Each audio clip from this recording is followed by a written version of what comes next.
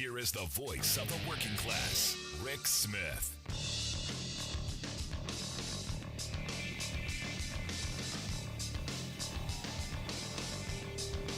And welcome, brothers, sisters, working class heroes. This is the Rick Smith Show. Thanks so much for being here today on the big program. Lots to get to, lots to talk about. 2 years ago today, and I remember it like it was yesterday. I remember sitting here 2 years ago to this minute going, can you believe what we saw? Can you believe the people who told us that they love America? People that carried the Constitution in their pocket, waved the flag. Can you believe that those are the folks who were stabbing police officers with flagpoles? Can you believe that these are the people who love America?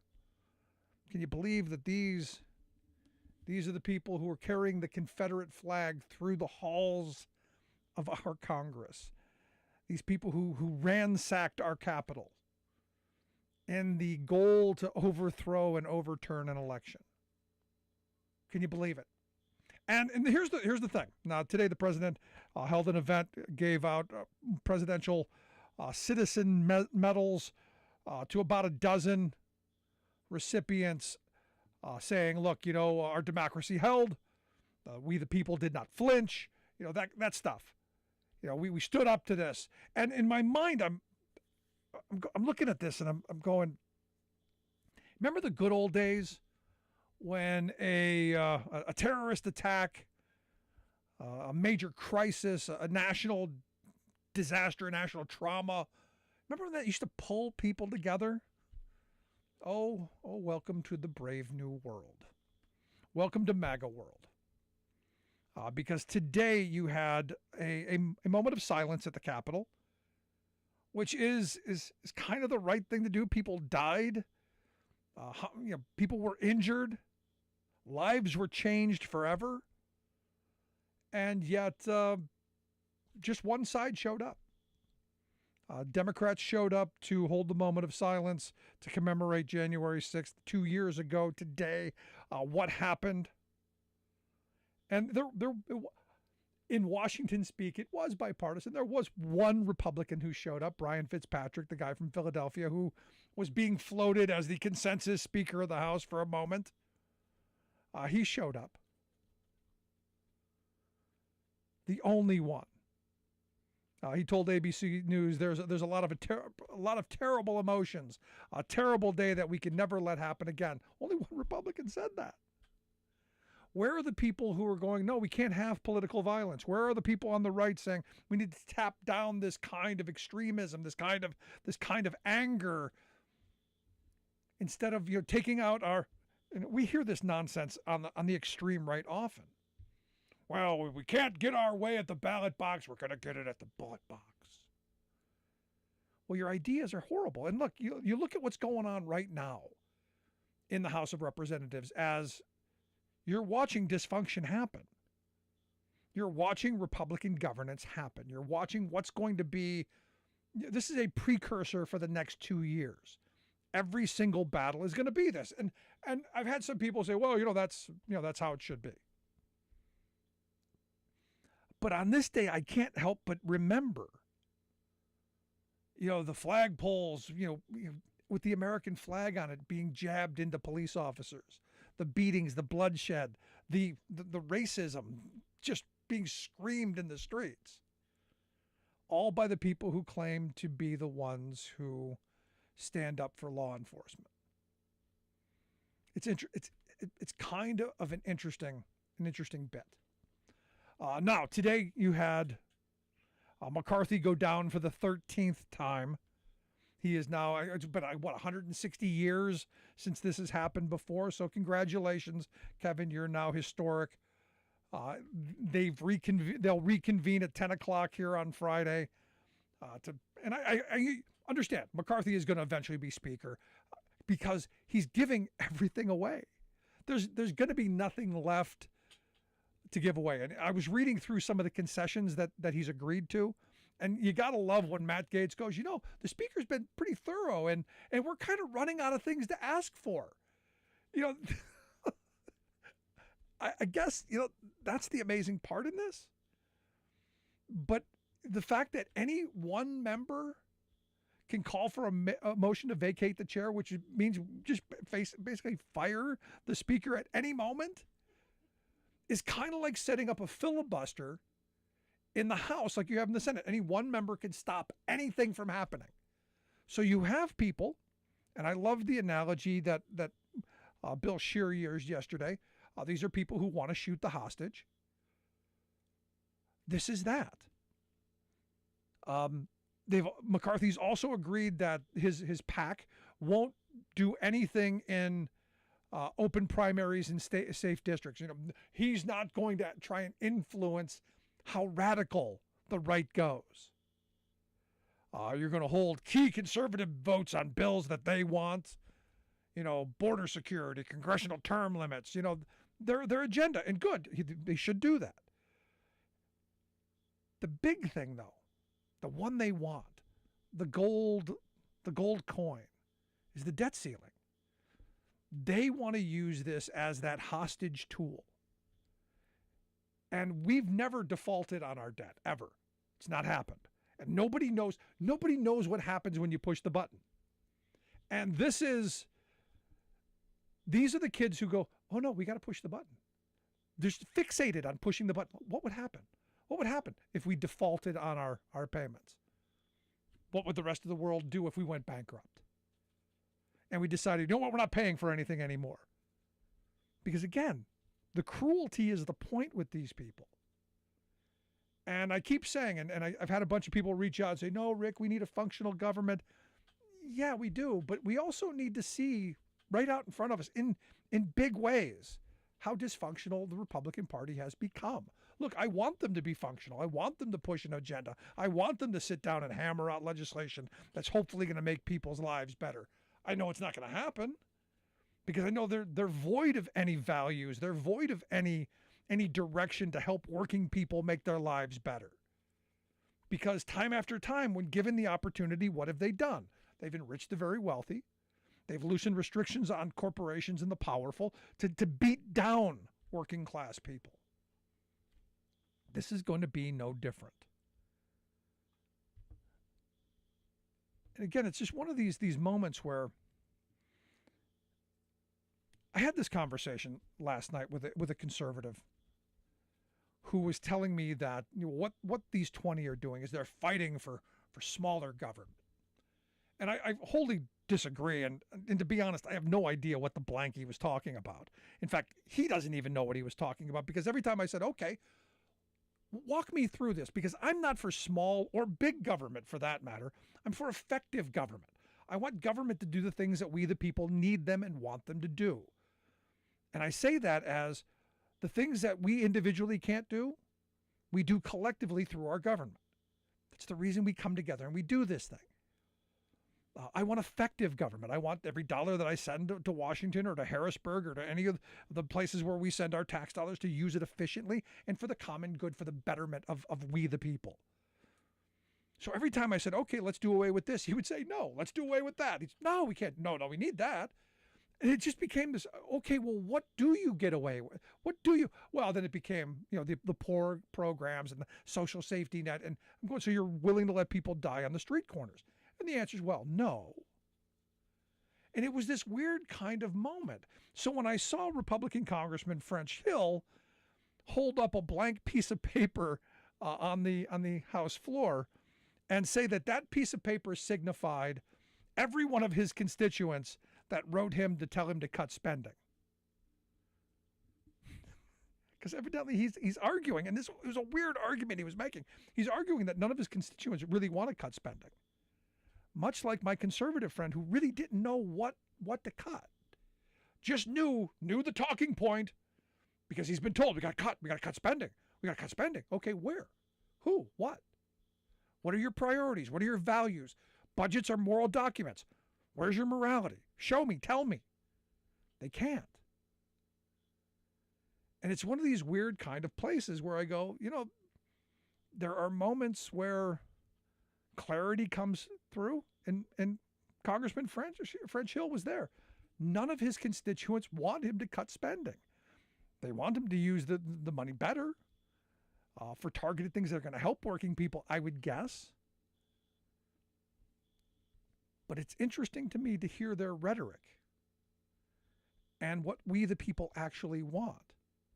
So the question I come back to are you getting what you wanted out of the Republicans in Congress right now? 1-866-416-RICK, 1-866-416-7425. Want to hear your thoughts. I'm assuming that McCarthy has the votes, that this evening he will eventually become Speaker. Maybe they're going to try and twist a little bit more out of him, keep him, swinging in the wind a little bit till tomorrow or early next week. But I think he's going to get the votes. I think he's going to be Speaker. And I want, as I've said a number of times, I want that for him. I do. I want Kevin McCarthy to be Speaker. I want those 20 people to be the first thing he thinks about when he wakes up. I want those 20 people to be the thing he thinks about when he opens the office door. I want those 20 people to think about when he sits down behind his desks and figures out why he's not getting anything done. I want those 20 people to be on his mind as he's got heartburn trying to figure out why it's burning so badly because he can't get any peace. And when he goes to bed at night and closes his eyes, he sees those 20 people attacking him. I want that for him. I do. And evidently he wants that for himself. So this is one of those things. I'm hoping he gets what he wants. I want people to be happy. I want them to get what they want. And clearly Kevin McCarthy, having given everything away, wants to be Speaker. Now, here's an interesting little thing. And before we go to break, I want to throw this thought out there. All of these concessions, and maybe this is the fly in the ointment, maybe Matt Gaetz is listening, and maybe the Republicans who have already flipped over, maybe they'll hear this. I got to ask the question, what happens if you agree you make him Speaker, and when they go to vote on the House rules, they say, we don't want these rules. And then all of these things that he's agreed to, well, don't happen. Just curious. And it wouldn't be him doing it. It would be, a couple of Republicans saying, no, we can't live by these rules. We don't want to set up a debt ceiling hostage situation where we know we're going to shoot the hostage. I'm curious how that would play out. It's going to be interesting. The intrigue going to be fun. Want to hear your thoughts. 1-866-416-RICK, 1-866-416-7425. Going to take a quick break. Right back after this. Stick around. Listen to The Rick Smith Show. We're working people. Come to talk.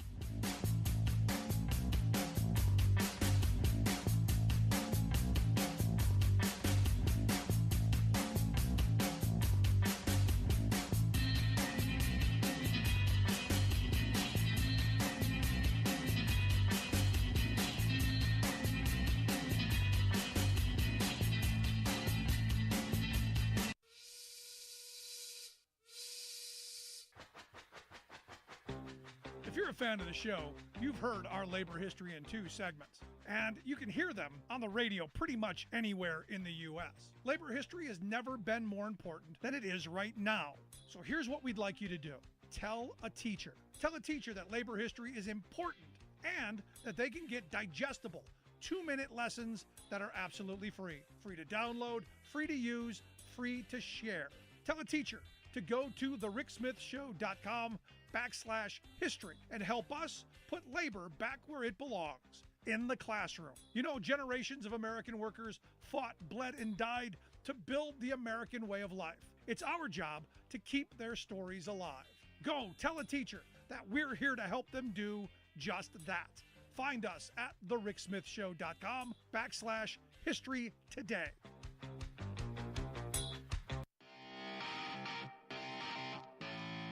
Welcome back to The Rick Smith Show. Now, here is Rick Smith.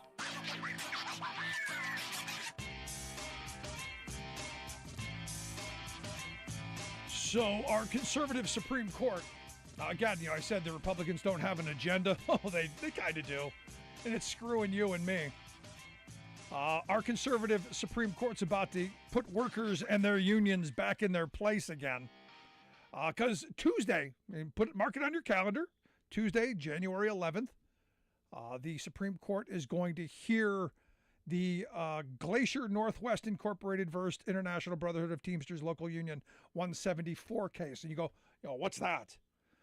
This is quite novel, quite a novel concept here. This is a company suing the union for the union going on strike. Here's the story.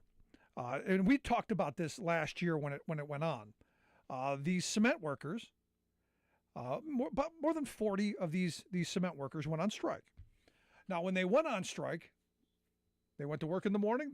They said, hey, we're going to go on strike. They went on strike. They left their trucks running so that, the cement trucks could keep moving and the cement in the trucks could keep, not creating cement. So they kept it running, which gave the companies time to get the cement out and do something with it. Because had they let it dry in the truck, well, it would have ruined the cement one, but also would have ruined the truck because you would have had that in there. They didn't do that. They didn't damage the equipment. They said, look, we told you we're going on strike. You didn't do anything to prepare for it. That's your fault. Well, the company's like, well, you owe us for the cement. You owe us for all of the costs that we had to go through because you went on strike and you didn't do your job. Now, understand, the right to strike is something that in this country we still a little bit believe is a right. And this kind of stuff has been happening for a long time. The fact that the employer did not have a contingency plan, the fact that they weren't at the bargaining table saying, hey, let's negotiate through this and making plans for if it happened is quite remarkable to me. And I guess, shows that they weren't taking their workers seriously. So when these workers, went on strike, here were these trucks running with the cement inside, and the management people who probably don't even know how to put the trucks in gear, probably don't even know how to start them. Fortunately, they were already running, but probably don't have no idea how to put them in gear, let alone how to empty the cement out. We're stuck with running trucks with cement rolling around in the back. It cost them a little bit of money. So they have now filed a suit. They went and tried to sue the union. This has now gone to the Supreme Court. The Supreme Court's going to hear this. Now, the weird thing is, this is one of those weird things. It's never been allowed before. Companies haven't been able to go to state courts or local courts. Federal law preempts all that. Haven't been able to sue because of this, because it's been understood that this is part of that process. If the Supreme Court allows an employer to sue workers and their unions in a state court because of what the companies lost due to a strike, would that not just make strikes almost impossible? Now, the argument is, well, the cement was perishable. And they knew because they came in the morning and they didn't deliver the cement. They could have delivered the cement and struck after they did our work. Isn't that kind of the point? To withhold your labor? To say, look, we want to sit down and negotiate. We want better wages, hours, conditions. We want a fair share of the wealth that our labor creates. And whether it's convenient for you or not, we're going to withhold that labor. If you take that away and say it's you're only allowed to strike when it's convenient for the employer, doesn't that kind of diminish the ability to strike and that? And if this is the case, if the case is that it could be injurious to the companies, couldn't this open up? Couldn't this be something that any person who goes on strike could be sued over? And the answer is yes, and that's the idea. The idea is to make this so costly that workers don't do it. It's not enough that they're going to lose their wages. It's not enough that they're going to lose their health care and pension contributions, that they're going to put their family finances on the line and risk their jobs. That's not enough. We want to add on top of that the ability to be sued for future damages down the road. And we now have a Republican Supreme Court who I fear, thinking those working people, they're getting a little uppity, getting a little big in the britches, going to need a good swift kick in the behind. I'm fearing that they allow this, but they tailor it in a way that, if it's perishable goods, if it's, something like the cement in the truck, then you can sue for the cement in the truck and the costs that go along with that. Then you can do that. And then it opens it up to, what industries do you go next? Can you not, on Super Bowl Sunday, will the Domino's and Pizza Hut, and will those workers ever be able to strike? No, of course not. Because, hey, there were a lot of pizzas that were supposed to be delivered. Amazon, Walmart, Black Friday. Will those workers ever be allowed to strike again? No, because they bought extra groceries. Could be injurious. But here's the other part of this. It's not even about the awards from the courts that they win or lose. It's about making labor spin their wheels. It's about spending money on legal fees, on spending time in court, on defending themselves instead of being out there organizing. This isn't as much about, holding them, getting the $800 for the cement in the back of the truck, as it is about tying them up in court for years, making it, legal fees incredibly expensive for unions. This is something the right has been masterful at. And this is where, again, I have people go, I don't understand why you're not a Republican, man. I don't understand why you support the Democrat. This is my issue. The labor side of this is where I find things to be most important. How we bring this country together, how we fix things, how we have a better country is by getting more prosperity into the working class. I had this conversation with my son the other morning. We were having breakfast, and I said, the sad reality is when I started in the job I do now, 30 some years ago, I was making X amount of dollars an hour. And in today's dollars adjusted for inflation, it would be like $45 an hour. And I'm like, where's the other $18 an hour that I should be making? Well, it's been sucked up by the investor class. It's been sucked up by CEOs. It's been sucked up by the wealthy.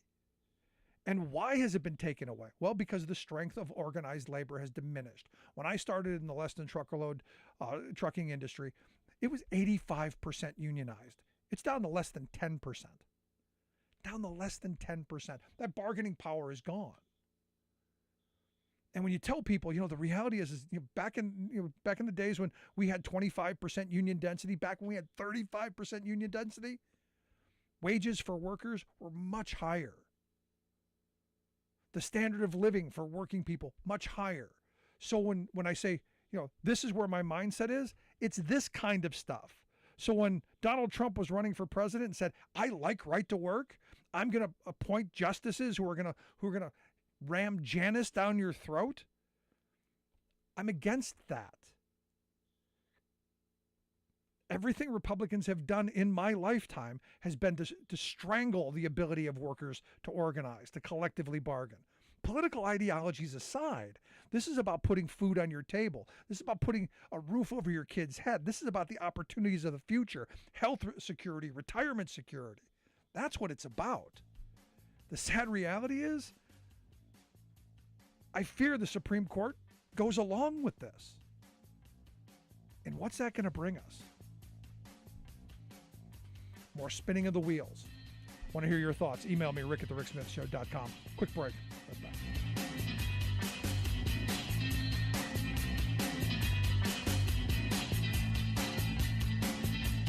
I'm Rick Smith, and this is Labor History in 2. On this day in labor history, the year was 1944. That was the day that progressive-era journalist Ida Tarbell died. Often referred to as a leading muckraker, she is considered to have pioneered investigative journalism. She is best known for her expose on the history of the Standard Oil Company, which was serialized in McClure's magazine starting in 1902. The 19-part series detailed John D. Rockefeller's rise to power, the oil empire he created, his business practices, secret alliances with railroads and refiners, and ruthless dealings. Tarbell had a personal stake in unveiling Rockefeller and Standard Oil. Her father was a small oil producer and refiner in Pennsylvania who was virtually ruined, as was much of the region, by Rockefeller's machinations in 1872. She noted Rockefeller and his associates did not build Standard Oil Company in the boardrooms of Wall Street banks and investment houses, water their stock, and rig the market. They fought their way to control by rebate and drawback, bribe and blackmail, espionage and price cutting, by ruthless, never slothful efficiency of organization and production. Tarbell combed through hundreds of thousands of pages of documents and interviewed company executives and employees, competitors, regulators, and academics. In 1999, New York University ranked her History of Standard Oil fifth out of the top 100 investigative journalist pieces of the century. The expose eventually led to the breakup of the Standard Oil monopoly by the Supreme Court under the Sherman Antitrust Act in 1911. Though her views on unions were more complicated, her history of Rockefeller and Standard Oil revealed to the public, to labor unions, and to workers everywhere the levels tycoons will go to secure power and profits. Labor History in 2 brought to you by the Illinois Labor History Society and The Rick Smith Show.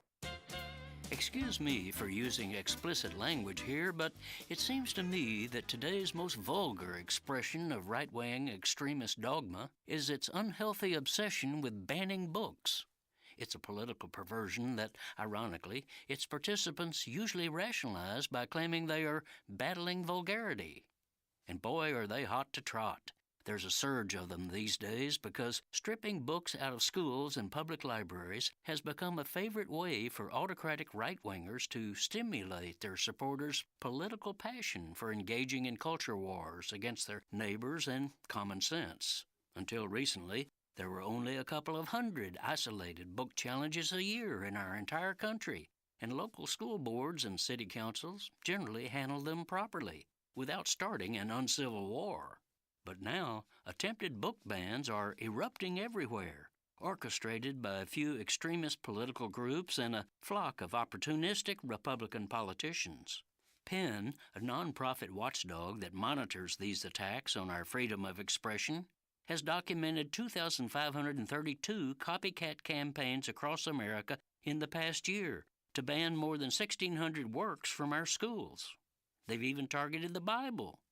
They uniformly assert that they are defending parental rights and protecting children from sensitive materials that raise topics like slavery and sexual identities. Bovine excrement. First, their naked censorship is just a power play to impose their hang-ups on you and your children. Second, have these political nannies not heard of the Internet? I can assure them that most of their own children already know about the truths these so-called adults are trying to censor. This is Jim Hightower saying nothing is so foolish or wrong as trying to put blinders on young people's natural curiosity.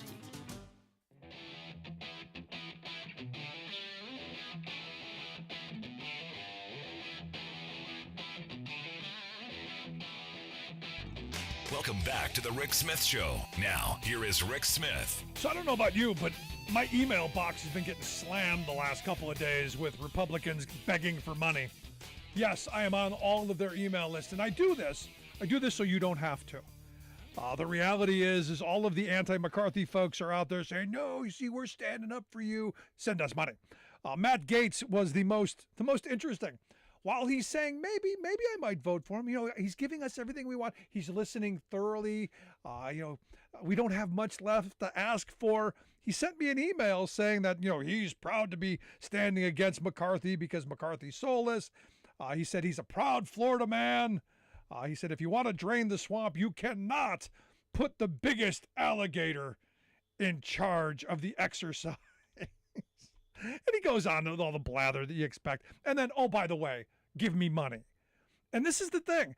It's all of this stuff is performative. All of this stuff is about making their star bigger and getting them more attention and, of course, more money. And shame on the idiot who would send this guy $1. Shame on you. Here to share some thoughts on the Florida man and what's going on in Congress. I've asked my good friend David Yankovich to come talk with us. David is a senior Democratic strategist. I got to get some of his thoughts on this. David, thanks for taking time for us. Hey, Rick. How you doing? I am good. So what do you think of this? I mean, I thought lucky 13 was going to be McCarthy's number. Maybe 14 later. Maybe he sold off his children. Thoughts? Well, first, Matt Gaetz, I'm surprised isn't in jail for sex trafficking, right? Isn't he under investigation? Yeah.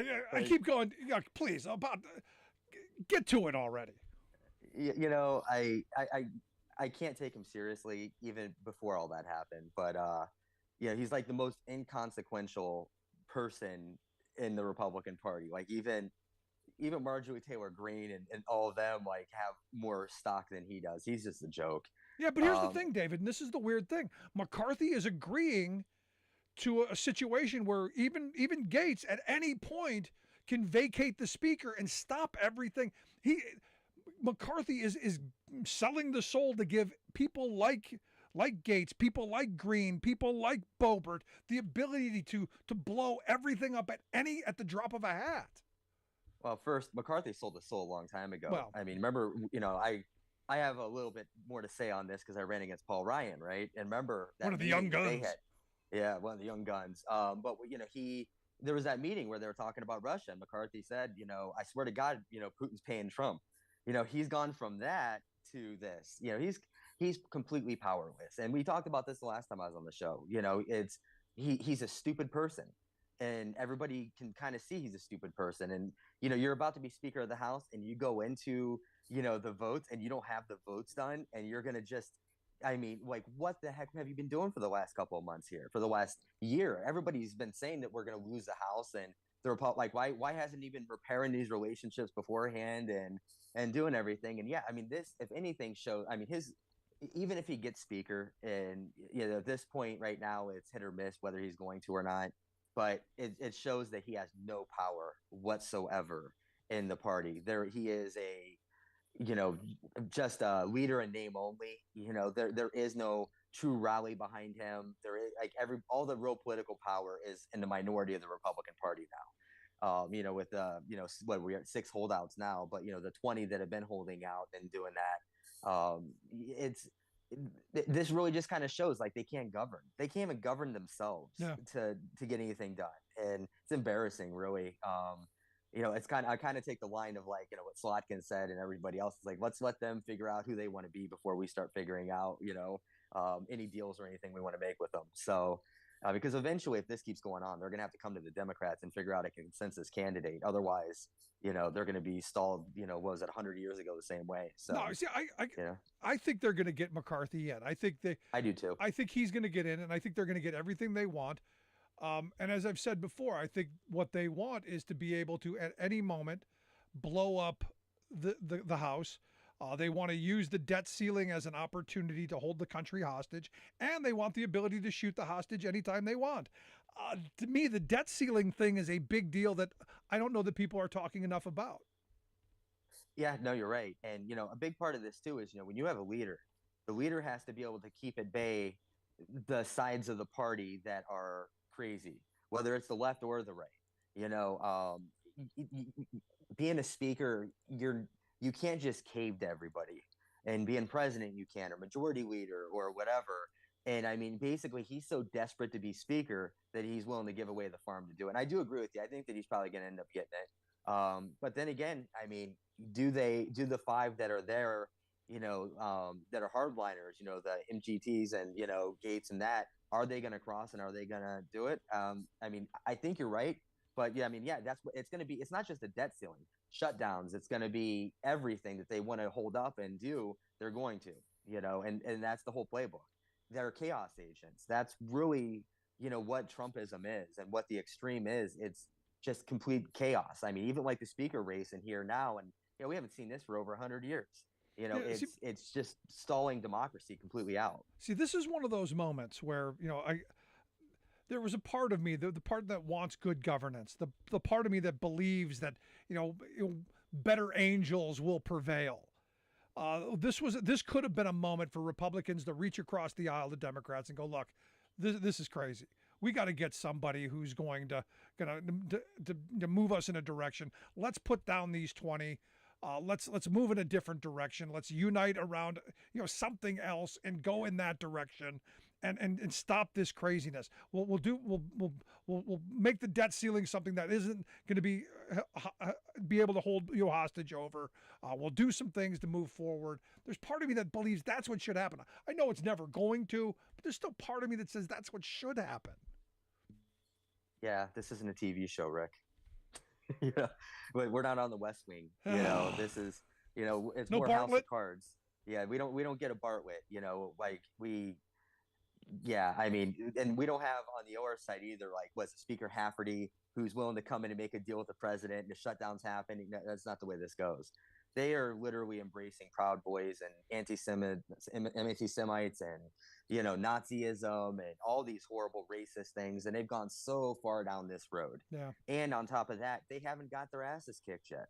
There hasn't been an election where we had a 49-seat win and we completely broke their spirit. There hasn't been that generational change like how the Democrats had, before the 60s, and how, the Republicans had when they first came in. There hasn't been those types of wins or losses. It's been a stalemate. And that's my criticism with the Democratic Party right now. We're running around acting like we just, got a triple because we were born on third base. Like we barely won this last midterm. And the only reason for that is because of the kids and because of women, and, because of Roe v. Wade.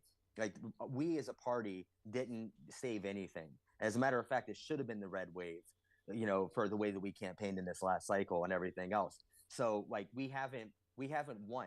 So, of course, they're not going to start abandoning their positions. They're not going to start changing what they're trying to do or reinventing themselves. Why would they? Yeah. They're getting more and more pickup every single day. Like, look at Andrew Tate right now. This guy's a known sex trafficker now, and he's been, arrested for it and charged and everything else. And they're rallying around him. And on top of that, like, the kids in schools and things like that are rallying around this. This isn't just a national problem. This is like going all the way down to my son's middle school, in these conversations and everything. Like, we're not winning the culture war, and that's why you're not seeing these changes, of, the aspirational United States, who we can be, who, better angels of our nature and everything else, because nobody's forcing them to. And we're not winning the media. I mean, as much as the right plays the victim, they control the media structure. They completely control the megaphone.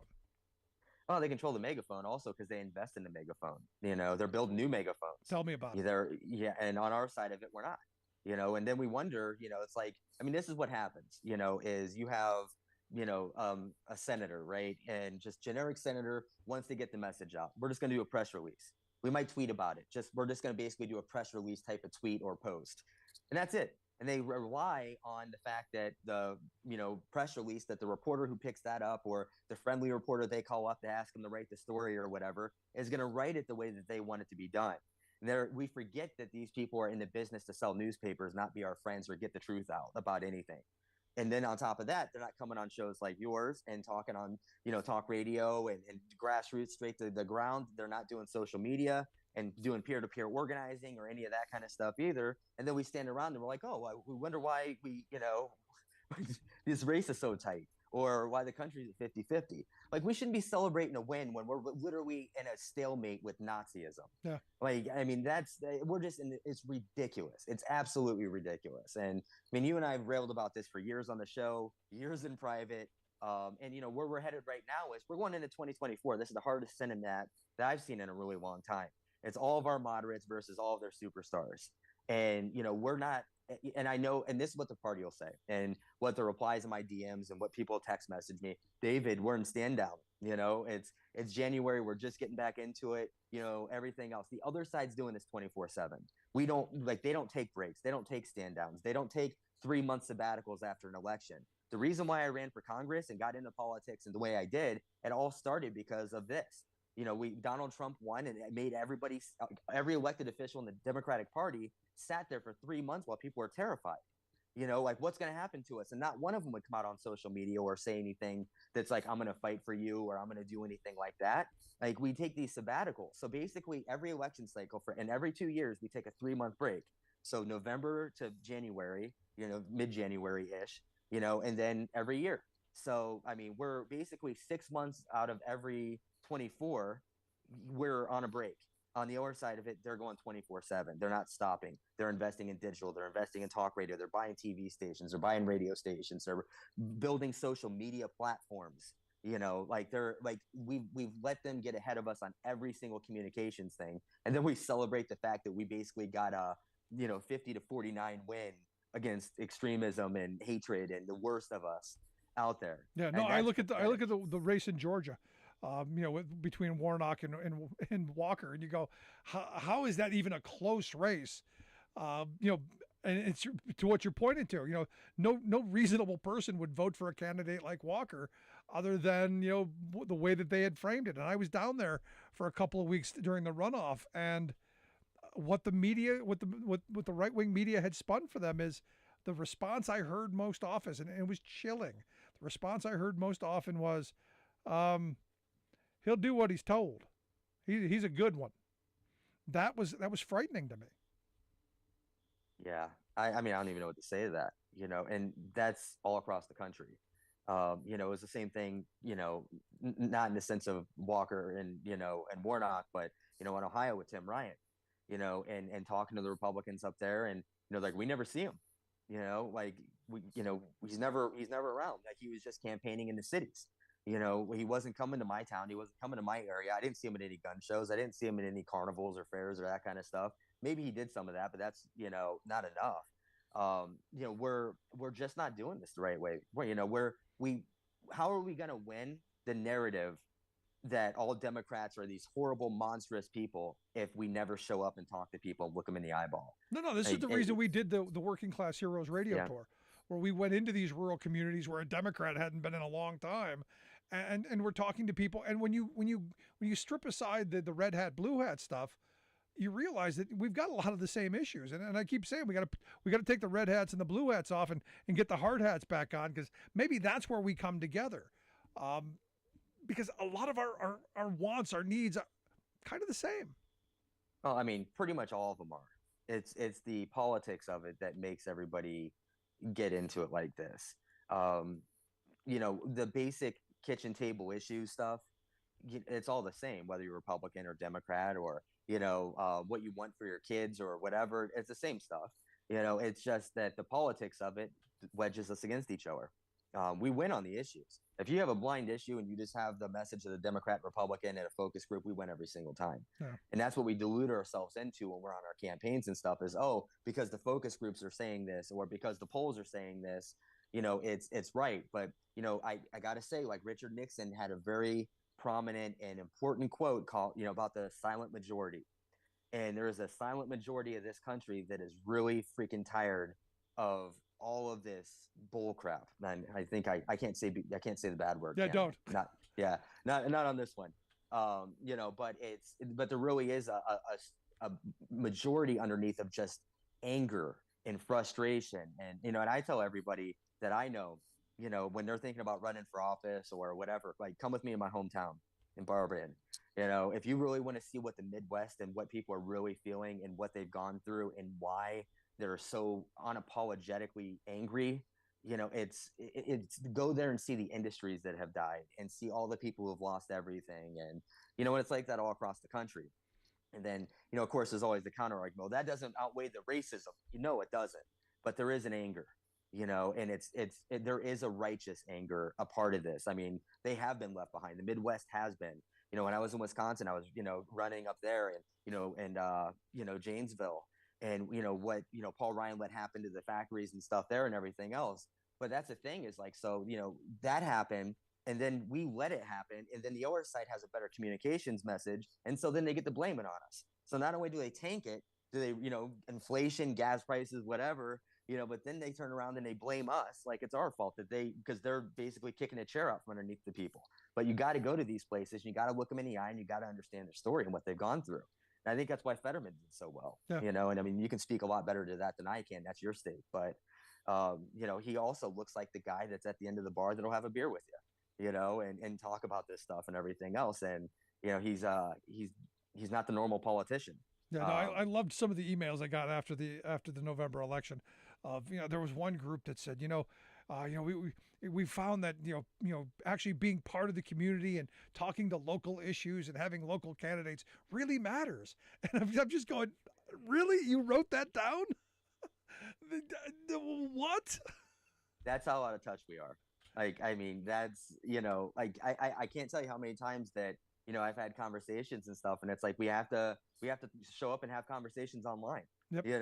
And it's like, what do you mean show up and have conversations online? Anything that can go wrong. You're live and all the comments, and it's like it's the same thing as a town hall. It's you're just doing a town hall online. Like, you got to do it. You got to do it. And you got to talk to people, and you got to explain yourself. And honestly, people don't even want you to agree with them, all the time. They just want you to fight with them so that they know they're being heard. Like that. I can't tell you how many candidates I've worked with that have showed up and had really hard conversations and big disagreements with people behind the scenes and, like on Zooms and that kind of stuff. And they got more support out of it. Yeah. Because everybody was like, yeah, go ahead. No, and this is important because, and I was just having this conversation with someone who said, he gave me a backhanded compliment. He goes, what I like about you is we can argue and we can disagree. And at the end of it, we'll slap back, shake hands and still bust each other's shoes. And I go, that's what being part of the working class is. We can disagree. We can bust each other's shoes. We can go back and forth. And at the end of the day, we both know we got a job to do. We got families to support. We're still on the same path. We may disagree, but we don't have to hate each other. And this is where, sadly, our politics has put us in a position where if you disagree with me, I have to hate you. And I've never felt that way. Same here, but it's also a cultural thing too, right? So, you and I are saying this right now, and I guarantee that there's people out there listening saying, well, I'm not, knocking back a beer with anybody who's racist. And that's not what we're saying. Like there's disagreements on policy, there's disagreements on politics, but then there's Proud Boys and there's anti-Semitism and all of this stuff. But like the social media and Twitter, it's there's no nuance. Yep. Or any, it's either all or nothing, on that. But the thing is you can still have, like, when I was in Oklahoma, and I was helping on that race, I never thought in a million years I'd be sitting down with people who are MAGA and worked in the MAGA White House. I mean, you remember the first tweet I ever had out, and like going after this stuff, but like, they're on the side of democracy now. They're fighting for, the country and doing that Joe stuff. Walsh. And I never thought, yeah, Joe Walsh, me and him had the biggest argument, about that stuff in the beginning. I mean, there was a nasty fight that, we went through, or, you have Olivia Troy, or, I mean, a lot of these, people out there. And I mean, I never thought in a million years that I'd be sitting down having conversations and planning how to save democracy with them. Yep. No, I'm with you. This is the last question I got for you. Obviously 2024 is down the road a bit, but closing in. We hopeful that gonna get it. We hopeful that where are we? We're nowhere right now. Okay. We got to get our work. We have to get our work done. We haven't even begun. We haven't even begun building out anything. There's no campaign infrastructures yet. We're 3 months behind already. Really, we're a couple of years behind, but we have to get going. Yep. And work to do. Yeah, it's gonna be tough. Good stuff, David. I appreciate the time and the thoughts. Thanks, Rick. Love being on. Tell Carol hi. Good stuff. David Yankovic, Senior Democratic Strategist. Want to hear your thoughts. 1-866-416-RICK. 1-866-416-7425. Quick break. Right back.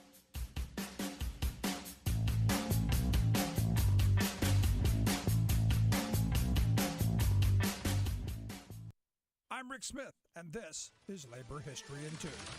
On this day in labor history, the year was 1941. That was the day that President Roosevelt proposed 4 fundamental freedoms that should be shared by everyone in the world. They included the freedom of speech, freedom of worship, freedom from want, and the freedom from fear. Freedom of speech and freedom of worship had long been enshrined in the United States Constitution. But by declaring that people deserved freedom from want and fear, Roosevelt was charting new ground. It was this belief that undergirded his New Deal policies aimed at helping those devastated by the Great Depression. In his speech, Roosevelt declared that there were basic expectations by the people of the United States. They included jobs for those who can work, security for those who need it, the ending of special privilege for the few, the preservation of civil liberties for all, the enjoyment of the fruits of scientific progress in a wider and constantly rising standard of living.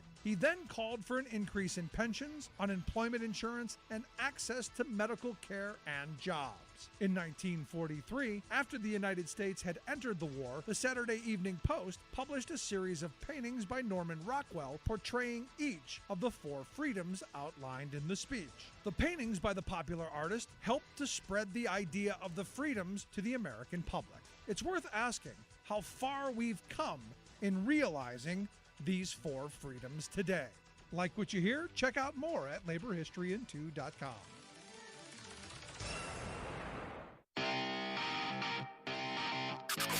You're listening to The Rick Smith Show, where working people come to talk.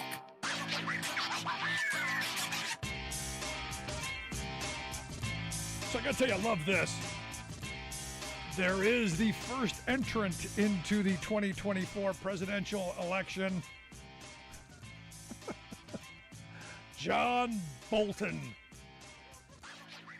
The mustachioed Bolton.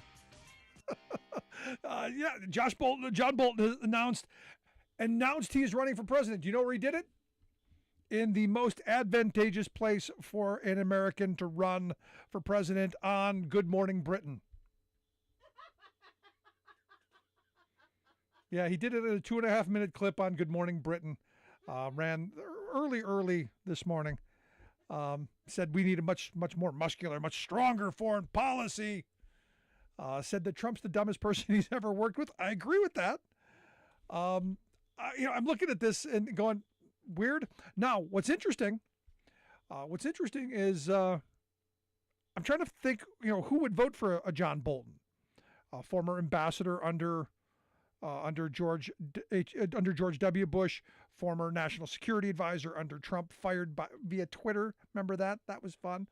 But Bolton's a guy who, I guess if you're a Republican who hates Trump, who loves blowing things up, and doesn't think DeSantis has a big enough goofy-looking mustache, I guess you could vote for Bolton. Other than that, I don't know who else is voting for John Bolton. But he said something in his 2.5-minute clip found very interesting. He said that, because you have to understand, Bolton's a warmonger. Bolton has yet to find a country he doesn't want to blow up. He talked about a reset with Russia and China, and not in a good way. He said, quote, "Unprovoked attacks against your neighbor is not something the U.S. and its allies will tolerate." So I got to wonder how many people are out there, loving the idea of sending troops into Ukraine or into Taiwan for that matter. Just kind of throwing that out there, which kind of makes you wonder, maybe this is why he announced his run for president on Good Morning Britain. Now, the argument is this is a stunt. He needs to sell more books because he doesn't have a job. And maybe book sales will go up after calling Trump the dumbest person he's ever worked with. Who knows? I got a copy of his book, but they sent it to me for free. I don't think I would have bought it. But good for him. He's going to run for president. We'll see what his platform looks like other than bombing stuff. Would you vote for, my Republican friends, would you vote for John Bolton? Would you vote for the mustachioed guy? The guy who said we could blow the top 10 floors off the United Nations and no one would notice? Would you be in favor of that guy running the country? Huh. Interesting. Especially at a time when Republicans in the House are saying, hey, we need to cut defense spending. I honestly thought I'd never hear that. Never thought I'd hear it. Quick break. Right back.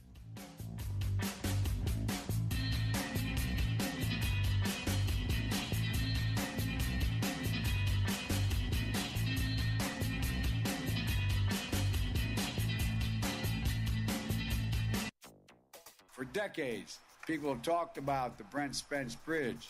But folks, We're finally going to get it done. Biden promotes infrastructure repairs and upgrades as funding flows from new climate laws. This may be one of the most challenging and impactful series of storms in the last 5 years. West braces for another round of major storms. Plus, Republican dysfunction in U.S. House, a bad omen for climate policy. All of those bad omens and more straight ahead from BradBlog.com. I'm Brad Friedman. And I'm Desi Doyen. Stand by for 6 minutes of independent green news, politics, analysis, and snarky comment. House Republicans now are on the verge of becoming a total clown show if they're not careful. Becoming?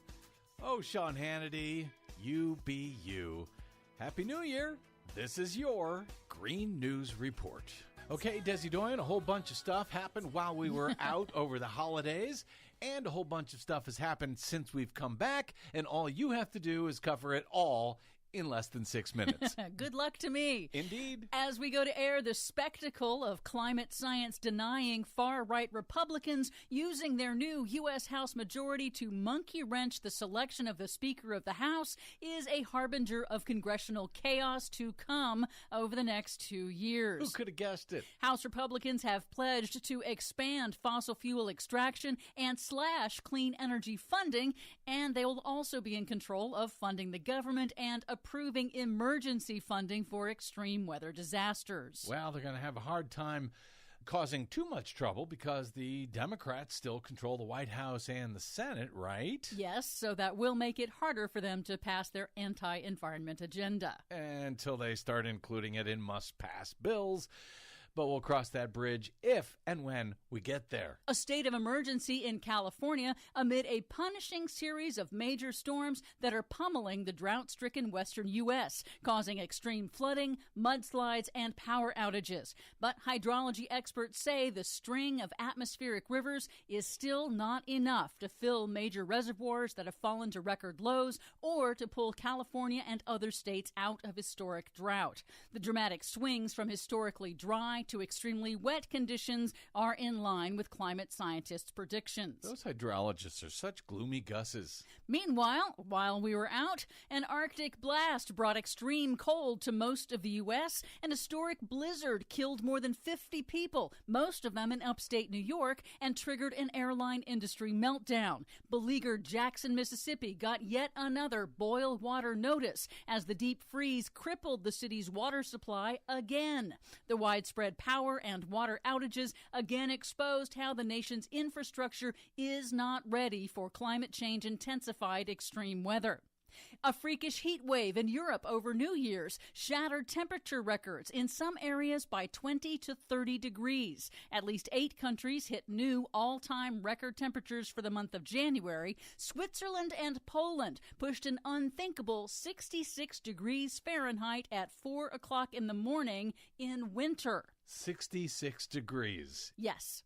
In January. In the morning, before dawn. However, the record warmth has slashed demand for natural gas heating. Here in the U.S., the U.S. Postal Service increased its purchase of all-electric delivery trucks and will electrify 75% of its fleet by 2026, creating one of the largest electric fleets in the nation. Well, we're getting there. And German luxury automaker Audi announced it is phasing out manufacturing of gasoline cars and converting all of its factories to produce EVs. Really? The Biden EPA enacted tougher pollution rules for trucks, vans, and buses for the first time in decades to cut down on toxic diesel air pollution. The U.S. Transportation Department allocated another $2 billion to repair critical interstate bridges. President Biden was in Kentucky on Wednesday to announce that a decrepit bridge, a vital commerce corridor in the Midwest, will finally get repaired thanks to federal infrastructure investment dollars now flowing to states from the bipartisan infrastructure law. We can work together. We can get things done. We can move the nation forward. Well, at least when Democrats have majorities in both houses of Congress, we'll see how it goes this year. And finally, new incentives from Biden and the Democrats' landmark climate bill, the Inflation Reduction Act, which passed with 0 Republican votes. Those incentives are now in effect, offering homeowners and businesses numerous ways to access billions of dollars in funding, grants, and other mechanisms to go green and upgrade, boost energy efficiency, and save money on water and energy. For much more on all of these stories and the ones we couldn't get to today, check out our website at greennews.bradblog.com. Find, follow, and share us planet-wide on the Facebooks and the Twitters and the Mastodons at Green News Report. Are you tired of think tank-approved corporate news and commentary? Are you tired of CEOs telling you what to think, who to hate, and who to vote for? Well, welcome to the Rick Smith Show. We don't take orders from some boardroom, and we don't do focus groups or talking points. We don't work for them, and we never will. I'm Rick Smith, and I work for you. Join us daily at thericksmithshow.com and download the podcast and never miss a minute.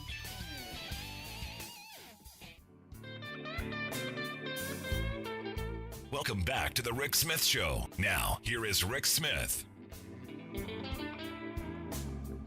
So interestingly enough, you got John Bolton, who on Good Morning Britain announced he's running for president.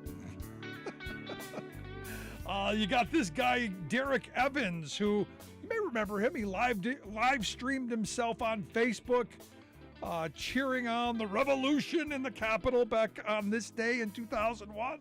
Ended up doing a little time in prison for his role in the riot. Well, he announced he's going to run. He's running for Congress in 2024. I guess he needs some money. But wouldn't it be interesting to see how this plays out?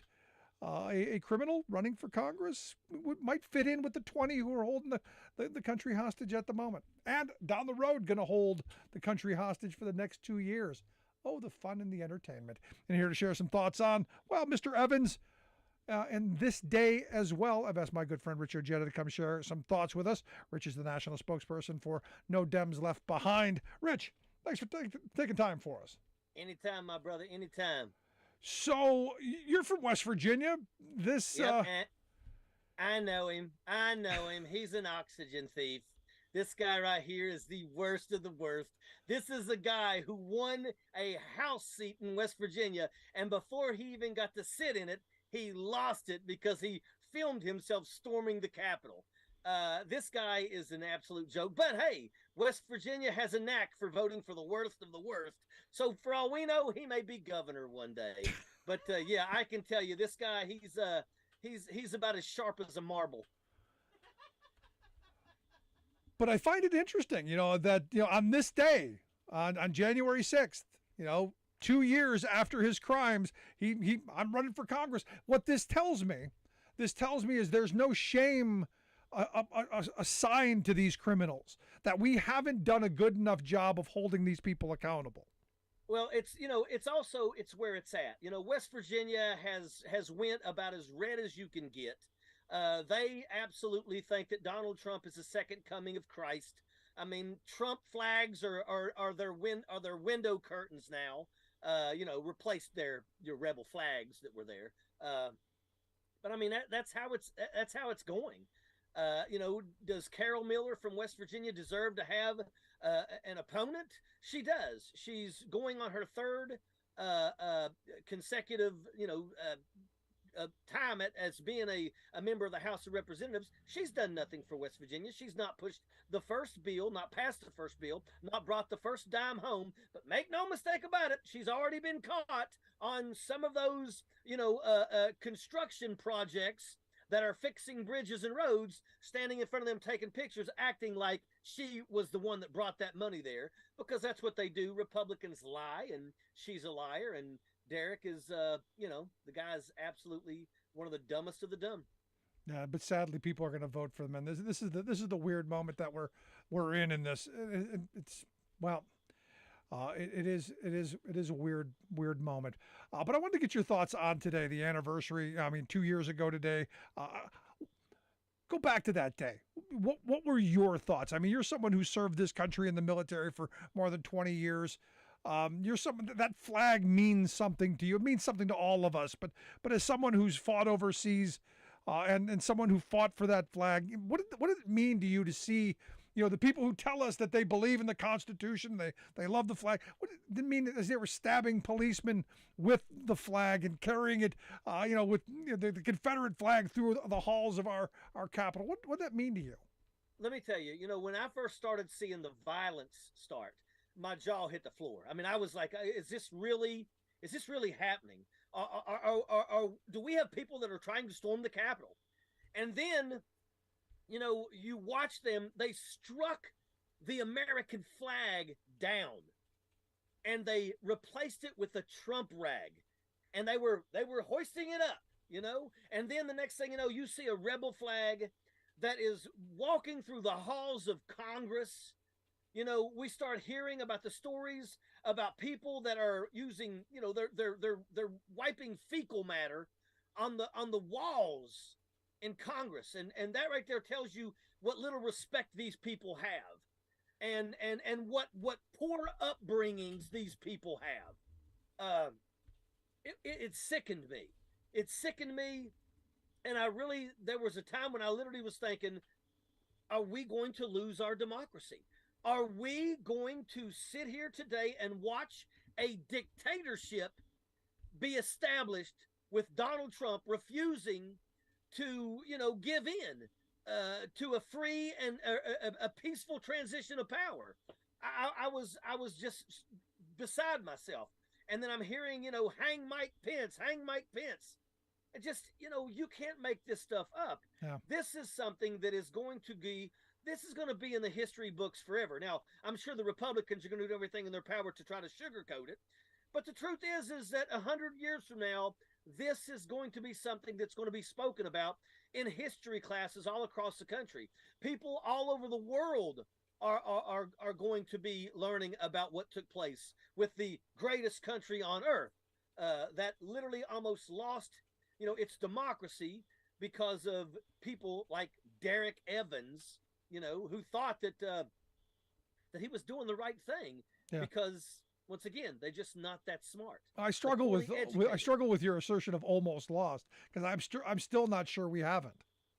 Well, I mean, I will tell you that earlier today I saw Glenn Kirshner, who has a show called Justice Matters, and he was talking about how Jack Smith has just brought on 2 more new lawyers that are highly experienced in corruption and things like that.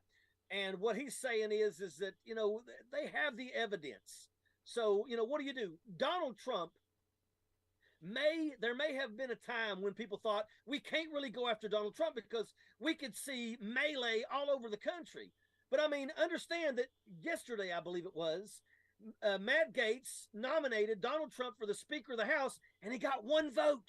1 vote. Yeah. So that right there tells you that the Republicans in the House of Representatives are losing their fear of Donald Trump. They know that it's over for Donald Trump. And I think that for our country to succeed, I think that Merrick Garland knows it. I think that Jack Smith knows it. Donald Trump must be prosecuted. He has to be.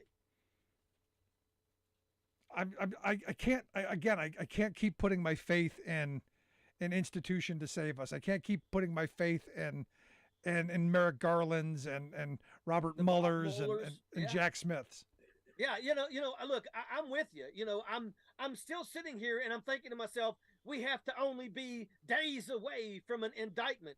But once again, who knows? But that also says something. If the Department of Justice cannot do what is right and prosecute somebody who absolutely tried to steal our democracy from us, then I don't want to hear no more. I don't want to ever hear anybody again say, in America, nobody is above the law. Yes, they are. They are. If they're Donald Trump, they're above the law. If they're members of Congress and they commit insider trading, they get away with it. They're above the law. I mean, it's time that we start to see that, once again, nobody is above the law in this country. Because if there is a level and there's a line, the least they can do is lay it out and establish it for everybody so that we know. If you're a member of Congress, you can do anything you want and you're never going to get in trouble for it. But everybody else below that, you're going to go to prison. Yeah, now I'm glad you brought up the stain on our history, because January 6, 2011 is going to be, in 100 years, as you pointed out, it's going to be a stain on our history because, one of the things that was always the proud moment was, this bloodless transfer of power. I've had people ask me about my favorite president, John Adams, because, that was the first time we had an ideological shift in power that came at no cost of blood. That there was, he left angrily, but he left.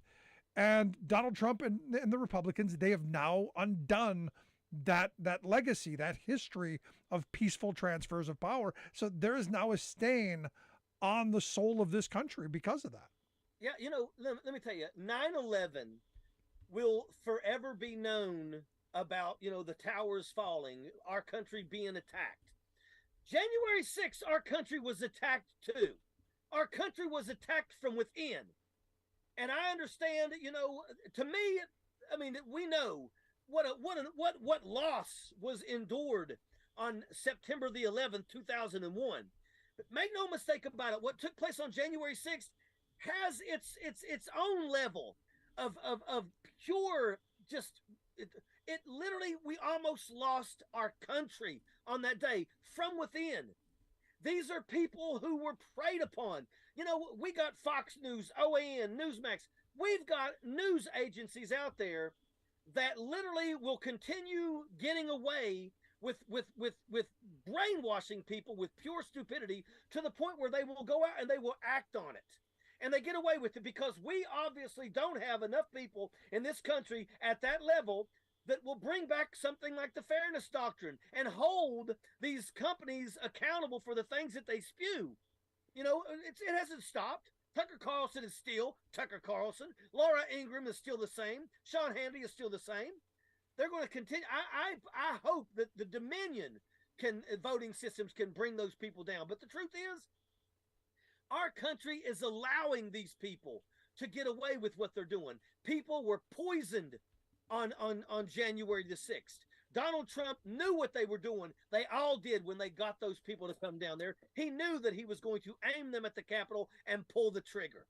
And what they did, they're going to prison for it. Yeah. 950 people have already been prosecuted for assaulting our Capitol. They're going to prison for years, some of them for decades. And yet the man that sent them to that Capitol has got nothing. Yeah. And it ain't just him. I want the enablers. I want the Josh Hawleys, Mr. Fist out there giving them all the big old, here you go, everybody. I want the Lindsey Grahams. I want the Marjorie Trainwreck Greens, the Lauren Boeberts, the Matt Gaetz. I want them all. I want the people who funded it. I said on the day that it happened, I want the money behind it. I want the Publix woman who gave Alex Jones $300,000 to rile people up and get them down there. I want the funding behind it. I want that exposed. And look, the January 6th committee hasn't even done that. And that's where, again, another failure of not exposing the moneyed interest in this. And I'm still hopeful, but I doubt that's going to happen. Well, I'm hoping, and once again, it's not going to go over well if all these people go to prison and then the enablers and Donald Trump get away with it. Right. But I think the Department of Justice knows that. So, and I will tell you that I believe that Jack Smith, he's received, a trove of documents from the January 6th.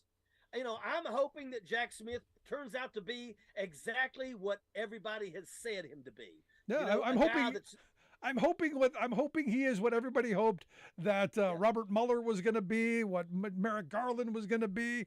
I'm hoping he is all that and a slice of bread as well.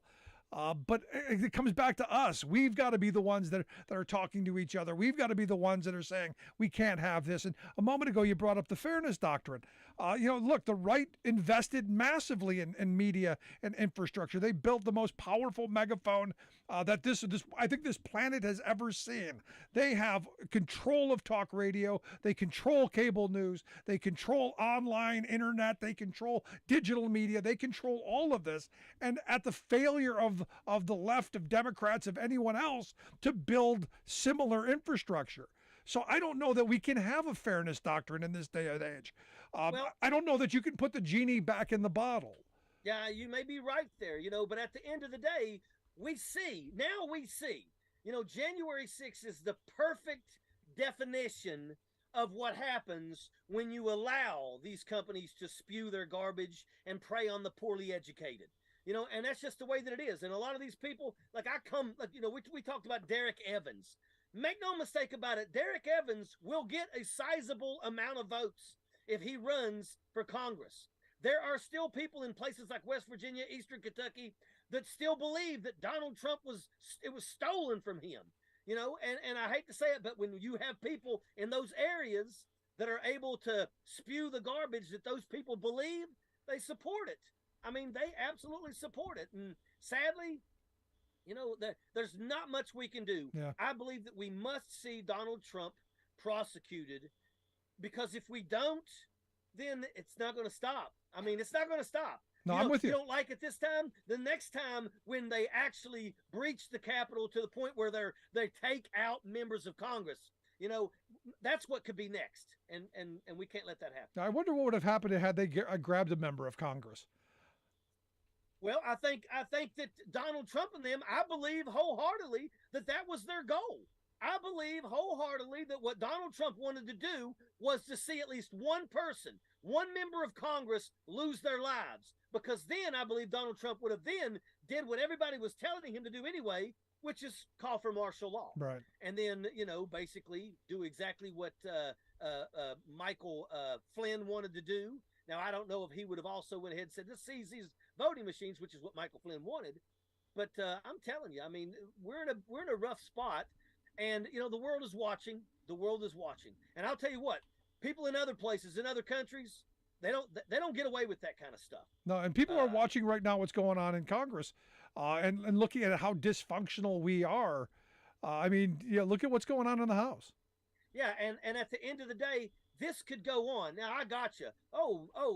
Kevin McCarthy flipped 14 votes. Doesn't matter. Doesn't matter. As long as there are 6 or more people that are still willing to say Jim Jordan or other, make no mistake about it, this can go on. And, he may have flipped 13 or 14 people, but if those 6 or 7 people, if they're really as solid as they're claiming to be, and if they're as solid as Matt Gaetz is saying they are, then make no mistake about it, we could sit here for months. And I am really glad that Hakeem Jeffries said, because there was people talking about, well, why don't 6 Democrats cross over and support Kevin McCarthy? And Hakeem Jeffries said, we're not going to play in their games. Let them fight their battles and look like a bunch of daggone knuckleheads. We're going to stay supporting. We're going to stay together. The Democrats are together, and that's it. And I appreciate that. Yeah, you don't bail them out. You let them fight their infights. That's right. But I still believe McCarthy's going to be Speaker because he's basically given everything away that he could possibly give away. But we'll see. Rich, as always, I appreciate the time. Look forward to talking to you again real soon, my friend. Thanks, my brother. Anytime. Good stuff. Rich Ojeda, national spokesman for No Dem Left Behind. I want to hear your thoughts. Email me, rick@thericksmithshow.com. Quick break. Right back.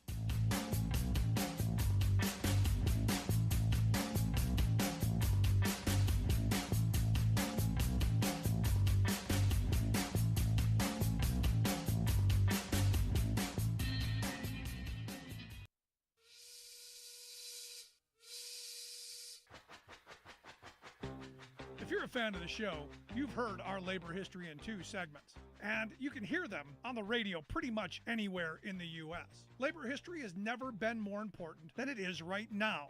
So here's what we'd like you to do. Tell a teacher. Tell a teacher that labor history is important and that they can get digestible 2-minute lessons that are absolutely free. Free to download, free to use, free to share.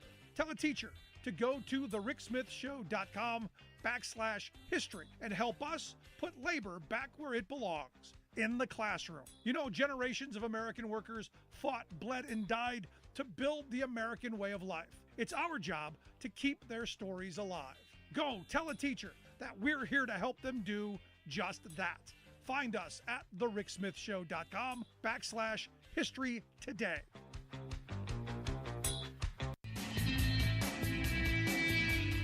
Welcome back to the Rick Smith Show. Now, here is Rick Smith. So I got to see how the NRA is going to spin this one. Story today out of Virginia. 6-year-old kid 6 years old. 6-year-old elementary school student from Newport News, Virginia. Here's what was written by the AP. Shot and critically wounded a teacher at his school during what was described as an altercation inside a first grade classroom. The teacher, a woman in her 30s, suffered life-threatening injuries. 6 years old, brings a gun to school. Brings a gun, 6 years old. Now, what caught my attention was the superintendent. Now, I got to tell you, mind blown. How does a 6-year-old get a gun? I mean, if I'm writing this story, the first question is, where are the police? Why aren't the parents in handcuffs? Where'd the kid get the gun? Again, remember, I'm somebody who believes in accountability and responsibility. I'm not a gun grabber by any stretch of the imagination. I want you to have your gun, but you got to be responsible, held accountable. Why, minutes after this happened, why the owner not shackled, taken away? How did this kid get 6 years old? How did a 6-year-old get a gun? But the superintendent of the schools of Newport News, George Parker III, George Parker said, quote, mind blown by this.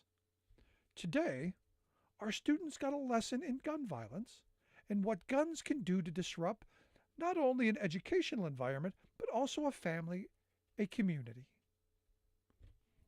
What? Disrupt an educational environment? Disrupt an educational, a gun? Really? Wow. You wonder why people don't want to go into education. You wonder why people don't want to go into teaching.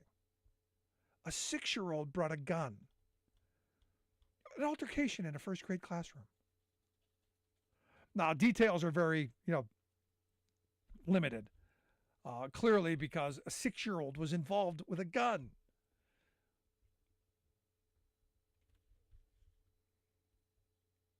Explain to me how a 6-year-old gets a gun?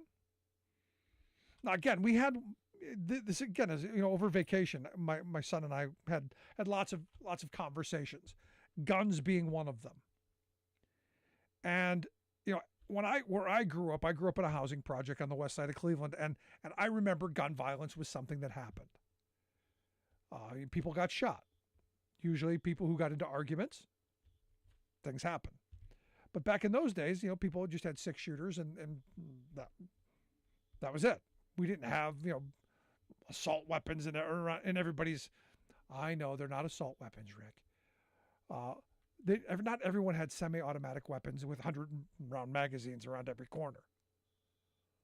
And I remember, people were a little more, I don't know, a little more cautious with their guns. A 6-year-old wasn't getting it. I don't know. Maybe I'm remembering things different. How does a 6-year-old get it? And why are we not locking people up? So I'm waiting for the NRA to spin this in a way that doesn't allow for accountability and responsibility. I'm just waiting for it. Because there's a point at which if common sense laws aren't going to do something about this, maybe we do need to have some legislation to move in a direction that does hold people accountable for when a 6-year-old, and I know I keep hammering on this,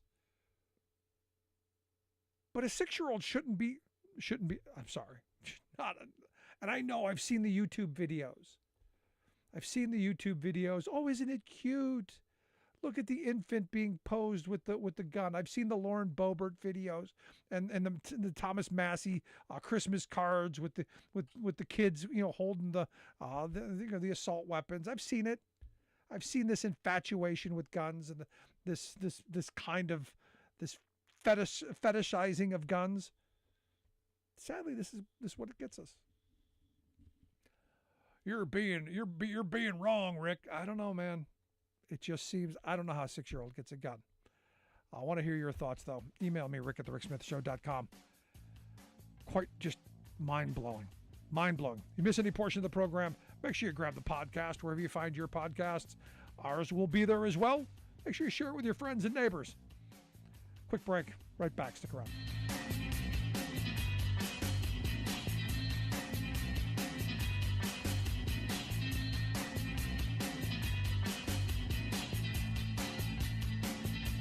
I'm Rick Smith, and this is Labor History in 2. I'm Rick Smith, and this is Labor History in 2.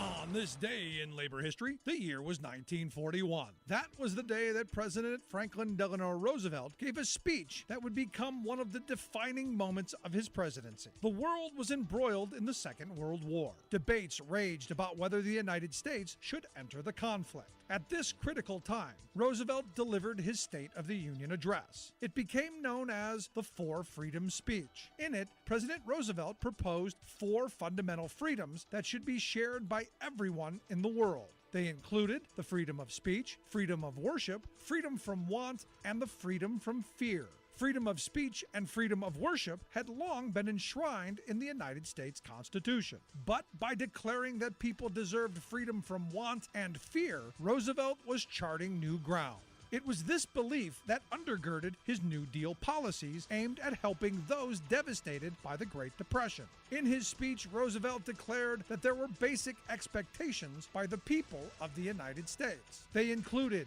jobs for those who can work, security for those who need it, the ending of special privilege for the few, the preservation of civil liberties for all, the enjoyment of the fruits of scientific progress in a wider and constantly rising standard of living. He then called for an increase in pensions, unemployment insurance, and access to medical care and jobs. In 1943, after the United States had entered the war, the Saturday Evening Post published a series of paintings by Norman Rockwell portraying each of the 4 freedoms outlined in the speech. The paintings by the popular artist helped to spread the idea of the freedoms to the American public. It's worth asking how far we've come in realizing these 4 freedoms today. Like what you hear? Check out more at laborhistoryin2.com. Excuse me for using explicit language here, but it seems to me that today's most vulgar expression of right-wing extremist dogma is its unhealthy obsession with banning books. It's a political perversion that, ironically, its participants usually rationalize by claiming they are battling vulgarity. And boy, are they hot to trot. There's a surge of them these days because stripping books out of schools and public libraries has become a favorite way for autocratic right-wingers to stimulate their supporters' political passion for engaging in culture wars against their neighbors and common sense. Until recently, there were only a couple of hundred isolated book challenges a year in our entire country, and local school boards and city councils generally handled them properly, without starting an uncivil war. But now, attempted book bans are erupting everywhere, orchestrated by a few extremist political groups and a flock of opportunistic Republican politicians. PEN, a nonprofit watchdog that monitors these attacks on our freedom of expression, has documented 2,532 copycat campaigns across America in the past year to ban more than 1,600 works from our schools. They've even targeted the Bible. They uniformly assert that they are defending parental rights and protecting children from sensitive materials that raise topics like slavery and sexual identities. Bovine excrement. First, their naked censorship is just a power play to impose their hang-ups on you and your children. Second, have these political nannies not heard of the Internet? I can assure them that most of their own children already know about the truths these so-called adults are trying to censor. This is Jim Hightower saying nothing is so foolish or wrong as trying to put blinders on young people's natural curiosity.